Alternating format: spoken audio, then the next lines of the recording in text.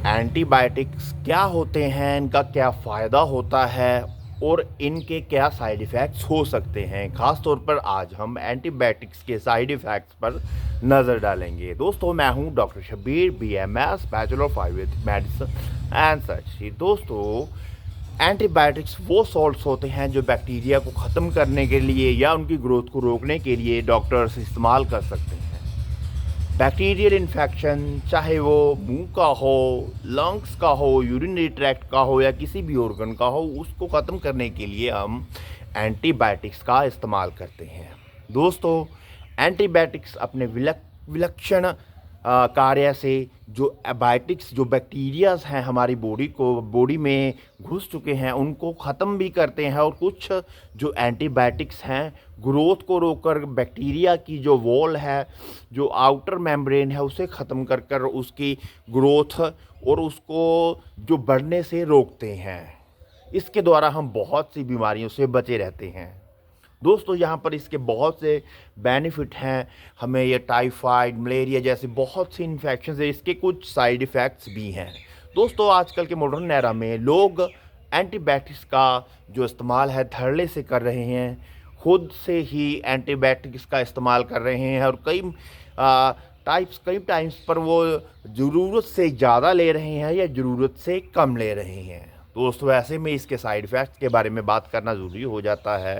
दोस्तों, जो एंटीबायोटिक्स हैं, ये हमारे बैक्टीरिया को ख़त्म करने के लिए इस्तेमाल किए जाते हैं। दोस्तों, हम सभी जानते हैं कि हमारे पेट में, हमारी गट में हमारे बहुत से बेनिफिशियल बैक्टीरियाज़ हैं जो हमारी डाइजेशन के लिए बहुत ज़रूरी होते हैं। ऐसे में यही ब्रेनली जो बैक्टीरिया है हमारे इम्यून सिस्टम को बनाए रखने में भी बहुत ज़रूरी है। दोस्तों, इम्यून सिस्टम वो सिस्टम है जो हमें बीमारियों से बचाता है।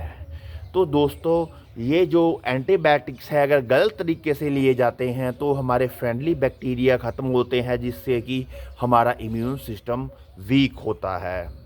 दोस्तों, अगर हम एंटीबायोटिक्स को जैसे कि 2 डोज है BD, यानी कि सवेरे 500 mg ले रहे हैं और रात को 500 mg ले रहे हैं, तो ये कोई रीज़न है कि डॉक्टर ने आपको 2 टाइम के लिए कहा है या 5 दिन के लिए कहा है?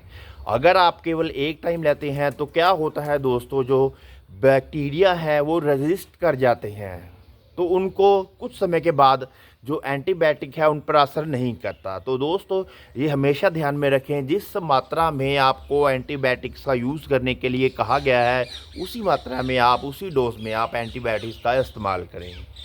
तो दोस्तों, अब सवाल ये उठता है कि अगर प्रॉब्लम हमारा रजिस्ट कर गया है, हमारे फ्रेंडली बैक्टीरिया को नुकसान पहुंच गया है, तो हम इसे ठीक कैसे करें? दोस्तों, इसका सिंपल सा तरीका है, आसान सा आंसर है प्रोबायोटिक्स। दोस्तों, प्रोबायोटिक्स फ्रेंडली बैक्टीरिया हैं जो बाहर से हम अपनी बॉडी को देते हैं, जो खास कर इसके सप्लीमेंट भी आते हैं, लेकिन हमारे घर में जो बनी हुई दही है इसका बहुत ही अच्छा सोर्स है। दोस्तों, रोज़ाना दही का इस्तेमाल कर आप प्रोबायोटिक्स को अपनी बॉडी में बढ़ा सकते हैं, अपनी डाइजेस्टिव हेल्थ ठीक कर सकते हैं और अपने डाइजेस्टिव सिस्टम को स्ट्रॉन्ग बना सकते हैं।